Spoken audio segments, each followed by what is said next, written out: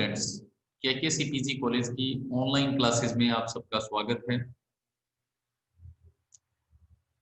Python के अंदर हमारा फंक्शन वाला टॉपिक हम डिस्कस कर रहे थे, जिसमें हम फंक्शन के आर्ग्यूमेंट्स का डिस्कशन कर रहे थे और उस डिस्कशन में हमने ये डिस्कस किया था कि there are 4 types of formal arguments. First one is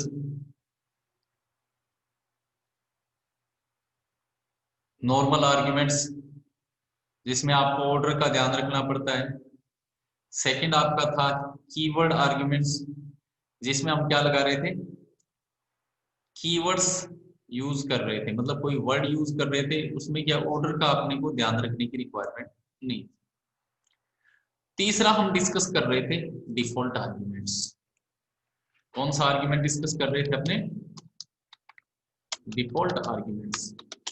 आपने C++ में भी डिफॉल्ट आर्ग्यूमेंट्स यूज किया होगा कि भाई डिफॉल्ट आर्ग्यूमेंट्स क्या होते हैं। अगर हम डिफॉल्ट आर्ग्यूमेंट्स की बात करें तो डिफॉल्ट आर्ग्यूमेंट्स के लिए हम ये कह सकते हैं कि ए default argument is an argument that contain a default value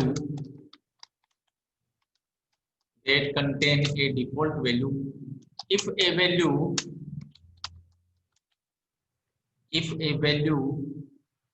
is not provided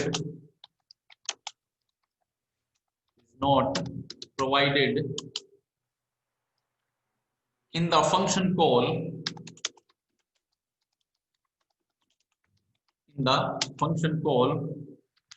for that argument। तो यहां पर आप सिंपली ये कह सकते हो कि डिफॉल्ट आर्ग्यूमेंट एक ऐसा आर्ग्यूमेंट है जो क्या करता है, एक वैल्यू कंटेन करके रखता है। अगर आप फंक्शन को कॉल करते वक्त उस आर्ग्यूमेंट को मेंशन नहीं करते हो तो बाय डिफॉल्ट वो वैल्यू यूज हो जाती है। इसको समझने के लिए हम डायरेक्ट एक एग्जांपल लेते हैं। एग्जांपल के थ्रू हम डिफॉल्ट आर्ग्यूमेंट को समझने का प्रयास करेंगे। डिफॉल्ट आर्ग्यूमेंट को समझने के लिए हम एक फंक्शन बनाएंगे और उसमें हम डिफॉल्ट आर्ग्यूमेंट देखिए किस तरीके से यूज करेंगे। फॉर एग्जांपल मैं यहाँ पर एक फंक्शन बनाने जा रहा हूँ। जैसे सपोज करो मैंने यहाँ पर, आपको पता है फंक्शन बनाने के लिए हम डेफ कीवर्ड का यूज करते हैं, डेफ, है ना। और जैसे मान लो सपोज करो मैंने फंक्शन का नेम लिया फन और यहाँ पर मैंने 2 पैरामीटर ले लिए, एक तो नेम और एक ले लिया एज, और इसमें मान लो वैल्यू डाल दी, सपोज करो मैंने 45, ठीक है, ये हम लोग 50 वैल्यू डाल दी। ठीक, इस तरीके से मैंने एक फंक्शन बनाया और फंक्शन फन नाम का एक फंक्शन बनाया जिसके अंदर मैंने 2 पैरामीटर ले रखे, एक तो ले रखा है नेम और एक ले रखा है एज। लेकिन एज में मैंने क्या डाल रखी है, वैल्यू डाल रखी है। This is default argument.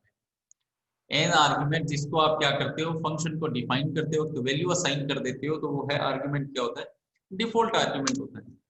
अब मैंने यहाँ पर क्या किया, प्रिंट स्टेटमेंट का यूज किया और मैसेज प्रिंट कर दिया यहाँ पर नेम और फिर नेम की वैल्यू, ठीक है, और एज और फिर एज की वैल्यू, ठीक है। और मैंने यहाँ पर इसके नीचे रिटर्न स्टेटमेंट यूज किया, ठीक है, ये रिटर्न स्टेटमेंट मैंने यूज कर लिया। अब मेरे ये फंक्शन मैंने डिफाइन कर दिया। आप देख रहे हो कि इस फंक्शन में मैंने 2 आर्ग्यूमेंट्स लिए हैं, first one is name and second one is age, but second arguments contain one value 50, so this is called default argument. इसका मतलब ये हुआ कि अगर आप फन को कॉल करते वक्त इस सेकंड आर्ग्यूमेंट को नहीं देते हो तो भी ये बाय डिफॉल्ट यूज हो जाएगा। फॉर एग्जांपल जैसे मैं आप फंक्शन को कॉल करता हूँ, मैंने सबसे पहले फंक्शन को कॉल किया और कॉल करते वक्त मैंने सिर्फ जो है ना फंक्शन को कॉल करते वक्त जो है वो इस तरीके से मैंने जैसे यहाँ पर एक वैल्यू पास कर दी और यहाँ पर जैसे मैंने नाम दे दिया कुछ भी जैसे सपोज करो एक्स वाई जेड, ठीक है, और फंक्शन को कॉल कर दिया। आप देख रहे हो कि जब फन नाम का जो फंक्शन है जब मैं उसको कॉल कर रहा हूँ तो एक ही आर्ग्यूमेंट दे रहा हूँ, जबकि वहां पर फंक्शन डेफिनेशन में कितने आर्ग्यूमेंट है, 2 आर्ग्यूमेंट्स है। तो ये स्ट्रिंग टाइप का मैंने आर्ग्यूमेंट दिया है, तो अगर हम ऑर्डर की बात करें तो ये पहले आर्ग्यूमेंट में जाएगा, एक्स वाई जेड वैल्यू किस में चली जाएगी, नेम में चली जाएगी, और मैं इसको सेव करता हूँ कंट्रोल एस, और यहाँ पर मैं इसको ARG से सेव कर देता हूँ, सेव कर दिया। अब इसको एग्जीक्यूट करवा, आप क्या देख पा रहे हो, मैंने यहाँ पर सिर्फ एक पैरामीटर दिया है। तो अगर मैंने यहाँ पर कोई कीवर्ड यूज नहीं किया और सीधा पैरामीटर दिया तो पहला पैरामीटर है उसमें ये वैल्यू चली जाएगी। तो पहला पैरामीटर कौन सा है, नेम है, तो नेम के अंदर क्या वैल्यू चलेगी, एक्स वाई जेड चलेगी। जबकि दूसरा पैरामीटर मैंने दिया ही नहीं है, दूसरा आर्ग्यूमेंट नहीं दिया नहीं है मैंने फंक्शन को कॉल करते हुए, तो बाय डिफॉल्ट ये एज नाम का जो आर्ग्यूमेंट है उसके अंदर वैल्यू क्या मानी जाएगी, 50 मानी जाएगी अगर आप नहीं देते हो। तो यहाँ पर देख रहे हो कि जब आप फन को कॉल करते हो एक्स वाई जेड के साथ तो नेम में तो कॉपी हो गया x y z, age 50 use हो जाएगा, और जब आप कॉल हुआ तो प्रिंट हो जाएगा नेम की value x y z, age की वैल्यू ये बाय डिफॉल्ट जो 50 है वो 50 यूज हो जाएगी। ये बात समझ में आई, यस और नो? Yes sir. हाँ, अब मान लो मैं जैसे यहाँ पर फंक्शन को कॉल कर रहा था, ठीक है, और फंक्शन को कॉल करते वक्त मैंने यहाँ पर दोनों पैरामीटर दे दिए। सपोज करो कि मैंने यहाँ पर इस तरीके से यूज किया, दोबारा फंक्शन को कॉल किया मैंने फन, ठीक है, और फंक्शन को कॉल करते वक्त इस बार मैंने यहाँ पर कोई भी नाम दे दिया, जैसे PQR, ये नेम दे दिया, ठीक है, और इस बार जो है वो वैल्यू मैंने दे दी यहाँ पर 100।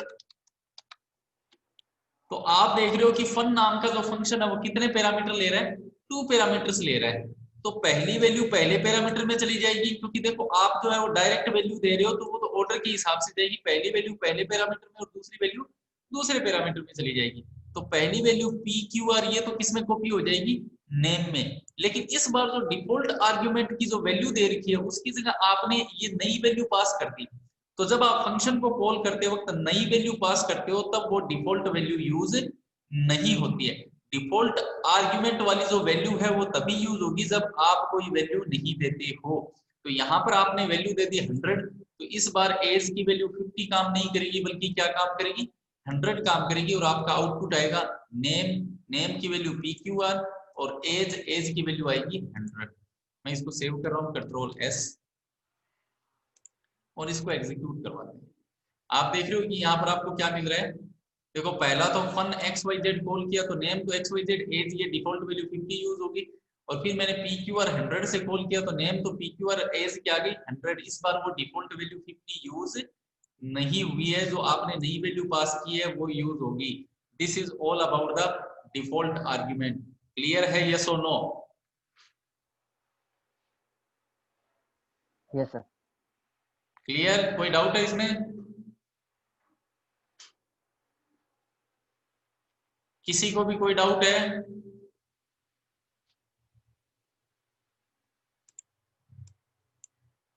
ओके, कोई रेस्पॉन्स नहीं, इसका मतलब सबको क्लियर है, ठीक है। These all are about the default arguments, ठीक है। अब डिफॉल्ट आर्ग्यूमेंट के बाद में मैं नेक्स्ट डिस्कस करता हूं variable length argument. Fourth category कौन सी है, फोर्थ कैटेगरी, ये तो कौन सी कैटेगरी हुई आपकी, आर्ग्यूमेंट्स की थर्ड कैटेगरी हुई डिफॉल्ट आर्ग्यूमेंट। और अगर हम फोर्थ कैटेगरी की बात करें तो फोर्थ कैटेगरी है आपकी variable length, sorry, variable length arguments. Variable length arguments, variable length argument क्या होता है, देखो कई बार क्या होता है कि एक तो क्या होता है कि आप फंक्शन को जब डिफाइन करते हो तो उसमें आप फिक्स आर्ग्यूमेंट मेंशन कर देते हो। जैसे अगर आपने एक आर्ग्यूमेंट मेंशन कर दिया तो फंक्शन को कॉल करते वक्त आपको एक आर्ग्यूमेंट देना होगा। अगर आपने 2 आर्ग्यूमेंट्स फंक्शन को डिफाइन करते वक्त फंक्शन डेफिनेशन के वक्त 2 आर्ग्यूमेंट्स दिए तो फंक्शन को कॉल करते वक्त भी आपको 2 आर्ग्यूमेंट्स देने पड़ेंगे। मतलब आपने फंक्शन को डिफाइन करते वक्त जितने आर्ग्यूमेंट्स दिए होते हैं, फंक्शन को कॉल करते वक्त आपको उतने आर्ग्यूमेंट ही देने पड़ते हैं।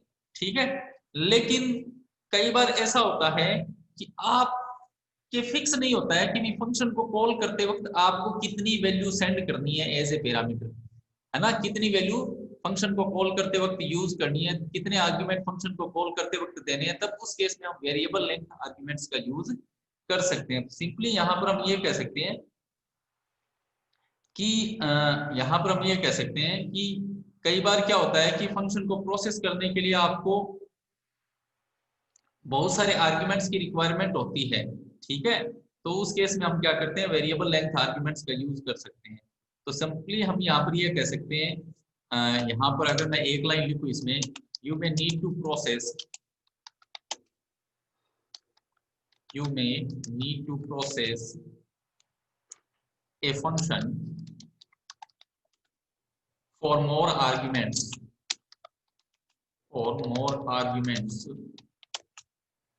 than you specified while defining the function,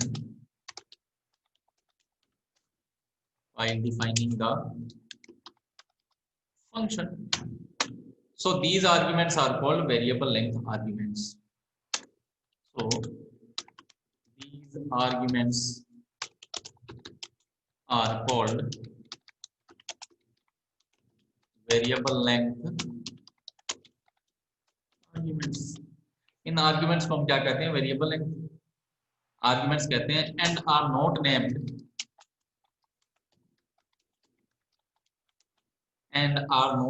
in the function definition.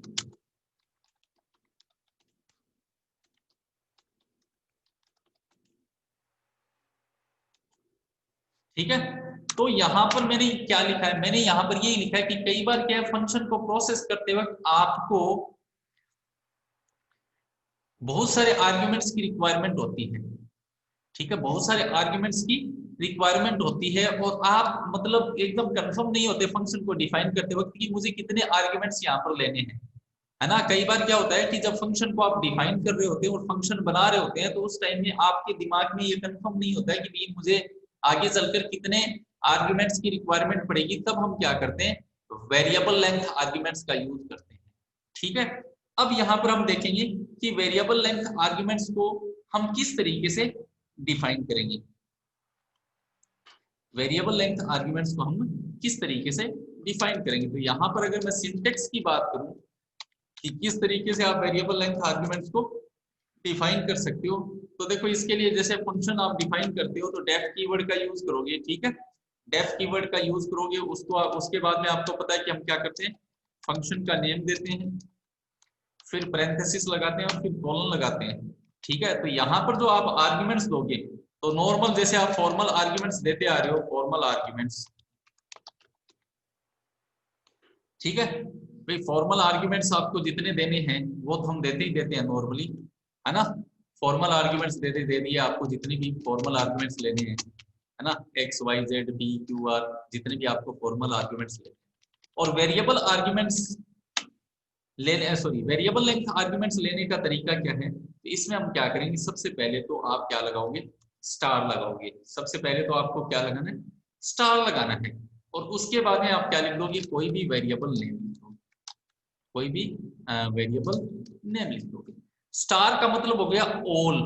ठीक है, यहाँ पर आपने क्या कर दिया, कोई भी वेरिएबल का नेम लिख दिया। तो यहाँ पर वेरिएबल का जो नाम लिखोगे वो एक्ट एज ए लिस्ट की तरह काम करेगा। मतलब आप जितनी भी फंक्शन को कॉल करते वक्त जो वैल्यू पास करोगे, वो एक तरीके से, ये मान लो कि आपने स्टार वेरिएबल का नाम लिखा है, नेम लिखा है, तो ये एक तरीके से एरे की तरह काम करेगा।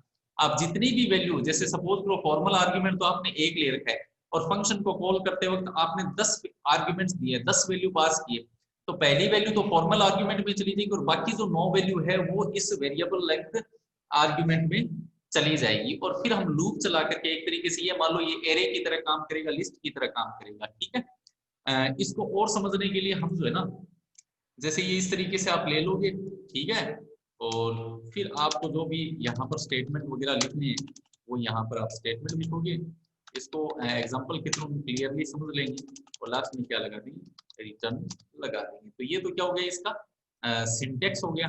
ठीक है, अब इसको समझने के लिए मैं डायरेक्ट जो एग्जांपल लेता हूँ, एग्जांपल से ये चीज आपकी ज्यादा क्लियर होगी। तो इसको समझने के लिए मैं यहाँ पर डायरेक्ट एक एग्जांपल ले रहा हूँ। जैसे मैंने यहाँ पर एक डेफ और एक फंक्शन बना लिया, वापस वही बना लेते हैं फन, है ना। और इसमें देखो मैंने क्या किया, एक तो ले लिया फॉर्मल आर्ग्यूमेंट, आर्ग्यूमेंट 1। एक तो क्या ले लिया मैंने, फॉर्मल आर्ग्यूमेंट। ये देखो नीचे जो ब्लॉक में नेम एज आ रहा है, क्योंकि ये पहले प्रीवियस प्रोग्राम की वैल्यू दिखा रहा है। ठीक है, कोई दिक्कत नहीं है, अपने नया फंक्शन बना रहे हैं। तो आप एक फन नाम का फंक्शन डिफाइन कर रहे हो जिसमें फॉर्मल आर्ग्यूमेंट लिया arg1 आर्ग्यूमेंट 1, और फिर मैंने यहाँ पर क्या लिख दिया, स्टार लिस्ट। तो इस तरीके से मैंने स्टार लगा करके जो वेरिएबल लिया है लिस्ट, है ना, तो ये क्या बन गया, आपका वेरिएबल लेंथ आर्ग्यूमेंट बन गया। अब देखो यहाँ पर क्या करते हैं, मैं यहाँ पर जब इस फंक्शन को कॉल करूंगा, ठीक है, तो फंक्शन को कॉल करूंगा तो मैं जो वैल्यू पास करूंगा, तो मैं यहाँ पर एक काम करता हूँ, इसको प्रिंट करवा देता हूँ। जैसे मैंने यहाँ पर इसको प्रिंट करवाया, तो प्रिंट में सबसे पहले तो मैं arg1 के अंदर जो वैल्यू आएगी उसको प्रिंट करवा दूंगा। arg1 के अंदर क्या आएगी, जो वैल्यू आएगी उसको प्रिंट करवा दूंगा। और उसके बाद मैं क्या करूंगा, एक फॉर लूप लगाऊंगा। और फॉर लूप आपको पता है कैसे लगाते हैं, वेरिएबल का नेम, ठीक है, इन लगाते हैं। और फिर जैसे आप कोई लिस्ट से वैल्यू एक्सेस करना चाहते हो, सपोज करो ये वेरिएबल लेंथ जो आर्ग्यूमेंट आपने ले रखा है उसका नाम देंगे, क्योंकि मुझे यहाँ से एक एक वैल्यू उठानी है। जितनी भी वैल्यू आप फंक्शन को कॉल करते वक्त पास करोगे, तो एक वैल्यू तो इसमें स्टोर हो जाएगी, बाकी रिमेनिंग वैल्यू वो इसमें स्टोर होगी। तो यहाँ से हम एक्सेस करने के लिए आपने फॉर लूप लगा दिया। कैसे लगाते हैं, फॉर वेरिएबल नेम इन, और ये लिस्ट का नेम यहाँ पर जो आपने नाम दे रखा वो दे देंगे। ठीक है, तो इस तरीके से मैंने यहाँ पर एक्सेस कर लिया। अब एक एक वैल्यू उठ करके लिस्ट से वेरिएबल में जाएगी, और हम वेरिएबल को क्या करवाते चले जाएंगे, प्रिंट करवाते चले जाएंगे। मतलब सपोज करो कि आपने फंक्शन को कॉल करते वक्त 10 वैल्यू पास की, तो पहली वैल्यू तो इसमें चलेगी। जैसे सपोज करो आपने 1 से 10 पास किया, फन को कॉल किया, है ना, जिसे मैं अभी समझा देता हूँ आपको, प्रिंट कर दिया और यहाँ पर मैंने रिटर्न ले लिया। अब देखो समझने का प्रयास करें, मैंने फन को कॉल किया, और फन को कॉल करने के लिए मैंने यहाँ पर कुछ वैल्यू डाली।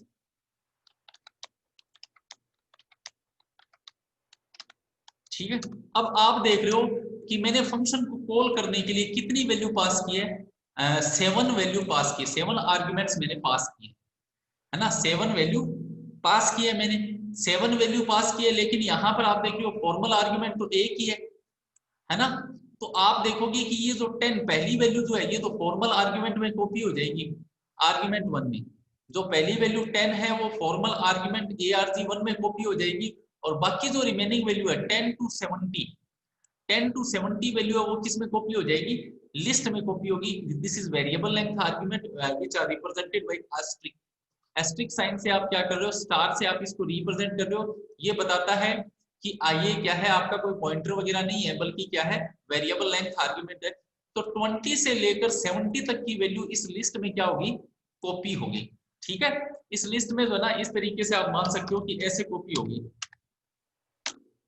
जो बाकी बच गया ना 20, 30, 40, 50, 60 और 70, बाकी जो बची वैल्यू है वो इस तरीके से इसमें क्या होगी, कॉपी होगी। ठीक है, तो अब देखो आप इसमें क्या कर रहे हो, आपने क्या लगा दिया, सबसे पहले प्रिंट किया आर्ग्यूमेंट 1, तो ये सबसे पहले तो क्या प्रिंट करेगा, 10 प्रिंट करेगा, 10 प्रिंट कर देगा। फिर कर्सर नेक्स्ट लाइन में चला गया।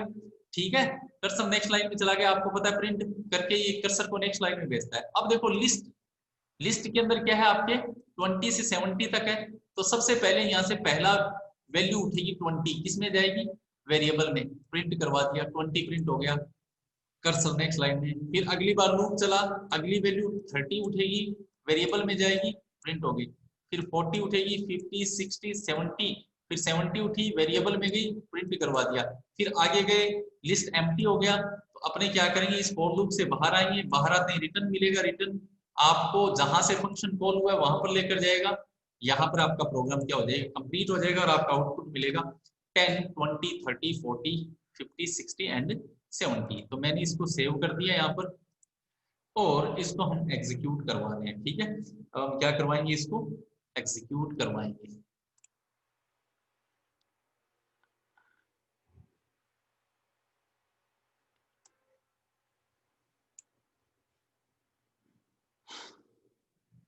ये दो ही वैल्यू क्यों मिली भाई?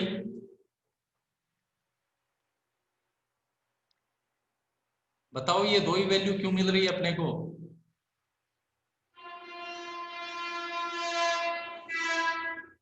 ऐसे कैसे हो गया भाई?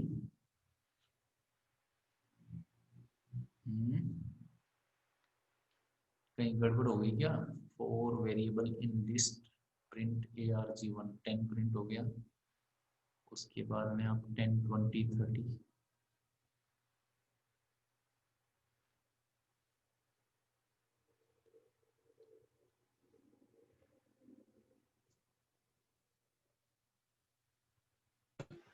सर ये रिटर्न का इंडेंटेशन करेक्ट नहीं है। क्या हुआ? ये जो रिटर्न है वो ये लूप चलती रिटर्न आ रहा है ना। हाँ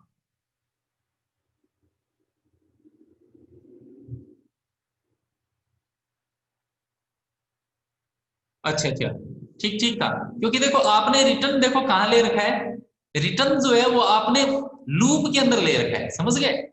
तो ये देखो एक टाइम ही लूप चलाता है, एक टाइम है ना, ये रिटर्न ले रखा है ना, इस रिटर्न को अपने क्या, क्योंकि ये रिटर्न किसका है, इस फन का है। और फन का देखो यहाँ पर, क्योंकि देखो ये प्रिंट स्टेटमेंट इस डेफिनेशन का था ना, तो यहाँ पर अपने को लिखना पड़ेगा। अगर आप यहाँ लिखोगे तो ये किसका माना जाएगा, इस फंक्शन का माना जाएगा। मैं इसको वापस सेव करता हूँ और इसको एग्जीक्यूट करवाता हूँ। इस बार आप देख लो आपको क्या वैल्यू मिल रही है ना।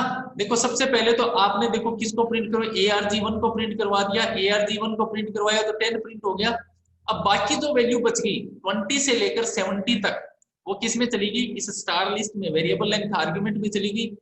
अब आप जब लूप चला रहे हो है ना, तो इसमें 20 से लेकर 70 तक की वैल्यू है, तो सबसे पहले 20 उठेगी, प्रिंट हो गया, फिर 30, फिर 40 एंड सो ऑन। तो इस तरीके से आपके प्रिंट हो जाएगा। तो ये बात समझ में आई क्या आपके, वेरिएबल लेंथ आर्गुमेंट क्लियर है? वेरिएबल लेंथ आर्गुमेंट, यस और नो सबको? Yes sir. Yes sir. हाँ, these all are about the function arguments. तो आप देख रहे हो कि हमने कितने टाइप के आर्ग्यूमेंट डिस्कस कर लिए। हमने यहाँ पर जो आर्ग्यूमेंट्स डिस्कस किए हैं वो हमने देखा था कि पाइथन के अंदर जो फॉर्मल आर्ग्यूमेंट्स है उसको हम 4 तरीके से डिफाइन कर सकते हैं।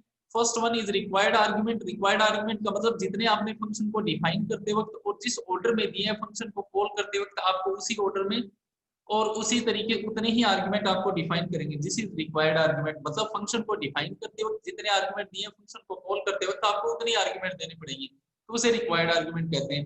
फिर आपने दूसरा देखा कीवर्ड आर्गुमेंट। कीवर्ड आर्गुमेंट का मतलब है कि आप फंक्शन को डिफाइन करते वक्त आपने जितने आर्गुमेंट दिए है ना, आपने नाम जो दे दिया आर्गुमेंट के, फंक्शन को कॉल करते वक्त क्या करोगे, आप उन आर्ग्यूमेंट्स के नाम देकर के वैल्यू पास करोगे। अब आप चाहे पहले दे दो चाहे बाद में दे दो, तो वो उस नाम के आधार पर क्या हो जाएंगे, कॉल हो जाएंगे। This is keyword argument. Default argument का मतलब है कि आप फंक्शन को डिफाइन करते वक्त एक आर्गुमेंट या एक से ज्यादा आर्गुमेंट ऐसे लेते हो जिसमें आप क्या करते हो, वैल्यू पास कर देते हो। तो अगर फंक्शन को कॉल करते वक्त आप उस आर्गुमेंट को नहीं देते हो तो बाय डिफॉल्ट उसकी वैल्यू हो जाती है, यूज हो जाती है, उस आर्गुमेंट को हम डिफॉल्ट आर्गुमेंट कहते हैं। वेरिएबल लेंथ आर्गुमेंट का मतलब है कि कई बार आप जब फंक्शन क्रिएट कर रहे होते हैं, डिफाइन डेवलप कर रहे होते हैं, तो उस टाइम आप कंफर्म नहीं होते हैं कि आपको कितने आर्गुमेंट यूज करनी है, तब आप क्या करते हो, उस केस में वेरिएबल लेंथ आर्गुमेंट का यूज करते हो। तो these all are about the 4 types of formal arguments. अब मैं बहुत ही इंपॉर्टेंट टॉपिक जो आपको बिल्कुल नया लगेगा और वो आपके सिलेबस में भी मेंशन किया है, और वो है एनोनिमस फंक्शन। कौन सा फंक्शन है, एनोनिमस फंक्शन। चलो इसके बारे में डिस्कस करते हैं कि भाई एनोनिमस फंक्शन क्या है। मैं यहां पर लिख रहा हूं कौन सा फंक्शन है, आपका एनोनिमस फंक्शन।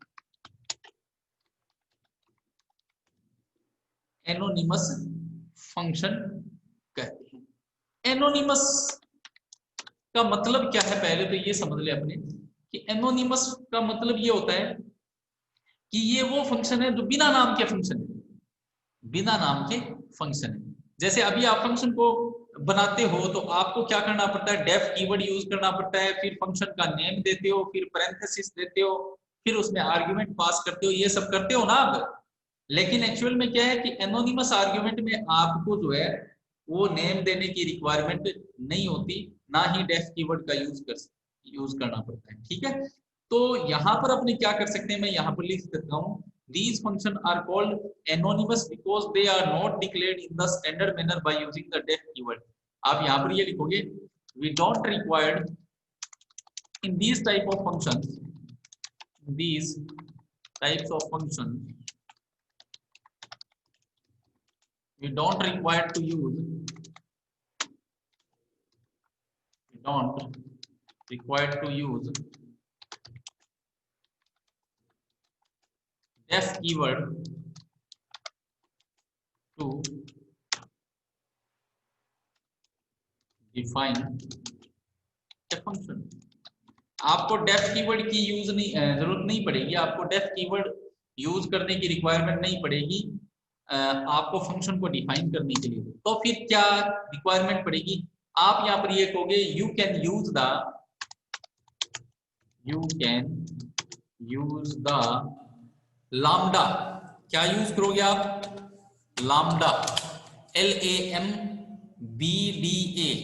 Lambda keyword. आपको क्या यूज करना पड़ेगा, lambda keyword to create small anonymous function. आपने C++ में इनलाइन फंक्शन देखा होगा, आपने अगर C++ में इनलाइन फंक्शन देखा है तो ये एक तरीके से क्या है, इनलाइन फंक्शन की तरह काम करता है। हालांकि ये इनलाइन फंक्शन नहीं है कि जब आपको पाइथन के अंदर स्मॉल फंक्शन बनाने होते हैं, है ना, जब पाइथन के अंदर आपको स्मॉल फंक्शन बनाने हो और अगर आप फंक्शन के अंदर जो टर्म्स ले रहे हो, फंक्शन के अंदर जो लॉजिक ले रहे हो, अगर वो आपको एक्सप्रेशन की फॉर्म में लेना है ना, जैसे आपको कोई इक्वेशन वगैरह मैथमेटिकल कैलकुलेशन टाइप की कोई एक्सप्रेशन फंक्शन के अंदर देनी है ना, तो सिंपली आप ये कह सकते हो when we need to create a small function, when we need to create small functions into Python, then we can use anonymous function. Anonymous, to create anonymous function we don't require to use def keyword, but we need to use lambda keyword to create a small anonymous function। ठीक है, anonymous function is especially used when we want to use expressions। Okay, अब देखो इसको create कैसे करेंगे, आप ये समझ लो कि ये एक तरीके से C++ के इनलाइन फंक्शन की तरह काम करता है। अब इसका सिंटेक्स क्या होगा, सिंटेक्स देख ले पहले आप, इसका सिंटेक्स देखिए कि इसको किस तरीके से अपने यूज करेंगे। तो आपको क्या करना है, लैम्डा यूज करना है। जैसे कि मैंने आपको बताया कि इस फंक्शन को डिफाइन करने के लिए आपको लैम्डा कीवर्ड का यूज करना पड़ेगा। अब लैम्डा कीवर्ड का यूज करने के बाद में आप जो है लैम्डा कीवर्ड यूज कर लोगे। लैम्डा कीवर्ड यूज करने के बाद में आप जो है इसमें अपना इस तरीके से यूज कर सकते हो। जैसे लैम्डा यूज किया, लैम्डा यूज करने के बाद में आपको जितनी भी आर्ग्यूमेंट्स देने हैं, जैसे मैंने आर्ग्यूमेंट 1, आर्ग्यूमेंट 2, है ना, आर्ग्यूमेंट 3, सपोज करो इस तरीके से मुझे जितनी भी आर्ग्यूमेंट देने हैं वो मैं आर्ग्यूमेंट देता चला जाऊंगा। ठीक है, उसके बाद में क्या लगाएंगे, उसके बाद में लगाएंगे कोलन। अब उसके बाद में आपको इन आर्ग्यूमेंट के साथ क्या करना है, तो वो एक्सप्रेशन आप यहां पर यूज करोगे, एक्सप्रेशन। और ये एक्सप्रेशन किन पर अप्लाई होगी, एक्सप्रेशन ऑन आर्ग्यूमेंट्स। जो अभी आपने आर्ग्यूमेंट्स लिखे हैं ना, उन आर्ग्यूमेंट्स पर आप जो है ये कोलन लगाओगे और फिर इन आर्ग्यूमेंट्स पर आपको जो भी कैलकुलेशन करनी है वो कैलकुलेशन यहाँ पर लिख दोगे। तो अब देखो अपने इसको समझने के लिए मैं डायरेक्ट क्या करता हूँ, एक एग्जाम्पल लेता हूँ, एग्जाम्पल के थ्रू इसको समझने का प्रयास अपने करेंगे। तो देखिए अपने किस तरीके से इसको यूज कर सकते हैं। बड़ा ही इंटरेस्टिंग सा फंक्शन है ये, तो इसको आप देखिए कि आप किस तरीके से इसको यूज कर सकते हैं। फॉर एग्जाम्पल देखो मैंने यहाँ पर एक लैम्डा एनोनिमस फंक्शन बनाने जा रहा हूँ। तो मैंने यहाँ पर देखो क्या ले लिया, जैसे सपोज करो मुझे मल्टीप्लाई करना है, तो मैंने क्या किया, मल्टीप्लाई नाम का एक वेरिएबल लिया और मैंने एनोनिमस फंक्शन बनाना स्टार्ट किया। क्योंकि मैं फंक्शन के अंदर क्या यूज करना चाहता हूँ, स्मॉल फंक्शन लेना, और मैं कैलकुलेशन वगैरह करना चाह रहा हूँ, एक्सप्रेशन लेनी है मुझे फंक्शन के अंदर, तो मैंने एनोनिमस फंक्शन बनाया। एनोनिमस फंक्शन के लिए लैम्डा कीवर्ड यूज कर दिया मैंने, ठीक है। उसके बाद में मैंने सपोज करो यहाँ पर कुछ आर्ग्यूमेंट दिए, जैसे सपोज करो A comma B comma C, suppose करो ये मैंने 3 आर्ग्यूमेंट दे दिए, A comma B comma C, ये 3 आर्ग्यूमेंट दे दिए, ठीक है। अब मैं क्या कर रहा हूं, मुझे क्या करना है इनके साथ, मैंने कह दिया A multiply B multiply C. इसका मतलब मैंने लैम्डा कीवर्ड का यूज करके जो एनोनिमस फंक्शन बनाया उसके अंदर मैं कितने आर्गुमेंट ले रहा हूँ, 2 आर्गुमेंट्स, 3 आर्गुमेंट्स ले रहा हूँ, ए बी सी, और फिर कॉलन लगा करके इन आर्गुमेंट्स पर क्या अप्लाई कर दी मैंने, एक एक्सप्रेशन अप्लाई की है, A multiply B multiply C. अब जब मैं इन फंक्शन को कॉल करूं, और देखो मैंने यहां पर इधर लेफ्ट साइड में क्या लिख रखा है, मल्टीप्लाई लिख रखा है, ठीक है। तो इसका मतलब क्या हुआ कि यहां पर मैंने मल्टीप्लाई लिख दिया और यहां पर मैंने एक्सप्रेशन यूज किया। अब देखो ये फंक्शन कॉल कैसे होगा, अब ये फंक्शन कॉल कैसे होगा, तो अब देखो मैंने नाम क्या लिख रखा है यहाँ पर, मल्टीप्लाई। तो मैं यहां पर मल्टीप्लाई, एक तरीके से आप ये मान लो, एक तरीके से आप ये मान लो, क्या हुआ, तो इनसे ले लो ना, इनसे नहीं, तो इनसे ले लो, किसी वाला ले लो, कोई और ले लो, मेरे वाले में चार्ज कम है, चार्ज कम है 36%।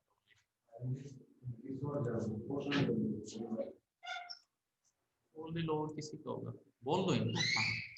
हाँ, तो देखो इसमें क्या है कि अब एक तरीके से ये मान लो कि मल्टीप्लाई क्या बन गया, एक जो लेफ्ट साइड में आप जो वेरिएबल हो गया, एक्सप्रेशन का रिजल्ट जिसमें जाएगा, एक तरीके से ये क्या बन रहा है, एक फंक्शन का आप ये मान लो कि ये एज ए फंक्शन की तरह ट्रीट करेगा। और मैंने कितने पैरामीटर लिए हैं, यहाँ पर मैंने आर्ग्यूमेंट्स लिए 3, तो मैं इस फंक्शन को कॉल करते हुए मैंने लिख दिया 2 मल्टीप्लाई 5 10 मल्टीप्लाई 5 मल्टीप्लाई 3। मैंने क्या लिखा, कॉल हो जाए कौन, मल्टीप्लाई। इसका मतलब ये लेफ्ट साइड में जो वेरिएबल ले रहा है ये क्या कर रहा है, एक तरीके से फंक्शन की तरह काम कर रहा है। और कितने लैम्डा, लैम्डा के साथ मैंने कितने यहाँ पर आर्गुमेंट दिए 3, तो यहाँ पर मैंने 3 आर्गुमेंट पास कर दिए, ठीक है। अब मुझे, और जब मैं यहाँ पर मल्टीप्लाई 10 मल्टीप्लाई 5 मल्टीप्लाई 3, तो इसका मतलब ए की वैल्यू तो 10 है, बी की वैल्यू 5 है, और सी की वैल्यू क्या होगी 3, जो मैंने जिस ऑर्डर में दिया ना उस ऑर्डर में यहाँ पर वैल्यू यूज हो जाएगी 10 5 एंड 3। तो आप देख रहे हो कि एबीसी के साथ यहाँ पर क्या एक्सप्रेशन अप्लाई हो रही है, A multiply B multiply C, मतलब जो आर्गुमेंट आपने दिए उनका क्या हो जाए, मल्टीप्लाई हो जाए। तो आप ये देख लो कि ये ए हो गया, ये बी हो गया और ये सी हो गया, तो यहाँ पर क्या होगा 10 मल्टीप्लाई 5 मल्टीप्लाई 3, तो आप देख रहे हो 10 मल्टीप्लाई 5 50 मल्टीप्लाई 3 150 हो गया। तो इसका मतलब यहाँ पर 150 मल्टीप्लाई से आपको क्या मिलेगा, 150 मिलेगा। तो मैं इसकी वैल्यू को क्या करवा देता हूँ, प्रिंट करवा देता हूँ। तो यहाँ पर मैंने लिख दिया डायरेक्ट प्रिंट, हो जाए क्या, मल्टीप्लाई। या मैं ऐसे लिख सकता हूँ, द मल्टीप्लीकेशन इज, ये मैसेज दे दिया मैंने, ठीक है। और फिर क्या लगा दी, कोमा लगा दी। इसका मतलब पहले तो ये मैसेज प्रिंट होगा, द मल्टीप्लीकेशन इज कॉलन, और फिर क्या हो जाएगी, मल्टीप्लाई की वैल्यू, इस एक्सप्रेशन की वैल्यू प्रिंट हो जाएगी, क्योंकि तो मैंने प्रिंट लगा दिया ना। इसका मतलब ये जो वैल्यू यहाँ पर इसकी जो एक्सप्रेशन से जो रिजल्ट मिलेगा वो हम क्या करवा रहे हैं, प्रिंट करवा रहे हैं। कंट्रोल एस कर दिया, आप देख रहे हो कि आपको आउटपुट क्या मिल रहा है, द मल्टीप्लीकेशन इज 150। ये बात क्लियर है, यस और नो, यस और नो।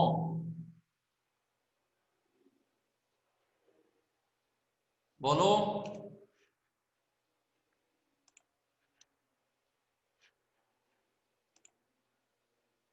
वही सारी है क्या आपको,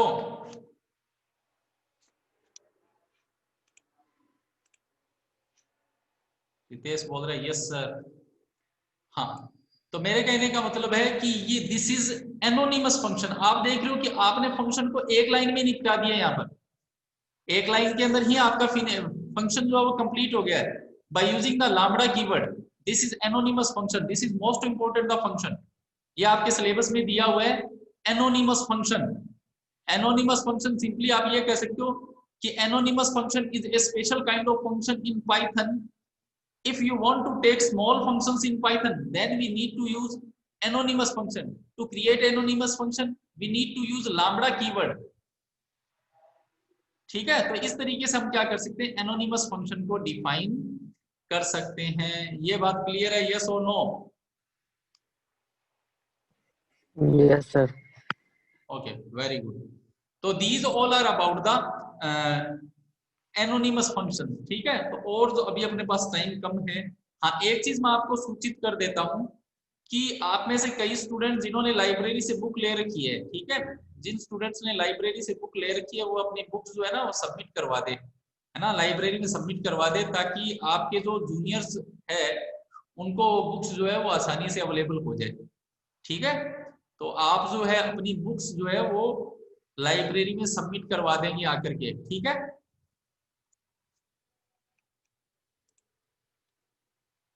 और अपने जो साथी लोग हैं जो अभी क्लास में नहीं आए हैं, आप उनको भी बोल देना, है ना, कि भाई अपनी जो बुक्स है वो आपको सबमिट करवा देनी है।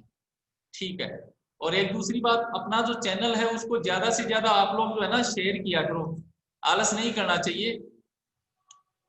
हाँ भाई, क्या पूछ रहे हैं, शिखर पूछ रहा है सर क्लास डेली होगा ना अब इस टाइम पर? शिखर आप एक तो सबसे लेट पहुंचते हो, आप खुद रेगुलर नहीं हो क्लास में, आप जो है ना आप रेगुलर हो जाओ क्लास में, है ना। क्लास का शेड्यूल तो डेली आपकी आता है व्हाट्सएप ग्रुप में, आप खुद देखो आप कितना लेट। सर वो नेट बंद रहता है तो पता नहीं चलता, इसलिए पूछ रहा हूँ। रेगुलर ही टाइम हो तो हम रेगुलर रेडी रहते हैं फिर क्या। क्लास तो रेगुलर होती है, कई बार ऐसा होता है कि कोई बिजी शेड्यूल होता है, उस वजह से क्लास जो है वो थोड़ी आगे पीछे हो जाती है, ये बात है। एनीवे आप जो रेगुलर क्लास अटेंड करें, अपने साथियों को भी बुक्स के लिए बोल देना। ठीक है, और अपना जो चैनल है उसको ज्यादा से ज्यादा लाइक किया करो, शेयर किया करो, है ना, और सब्सक्राइब कर लिया करो। ठीक है, थैंक यू।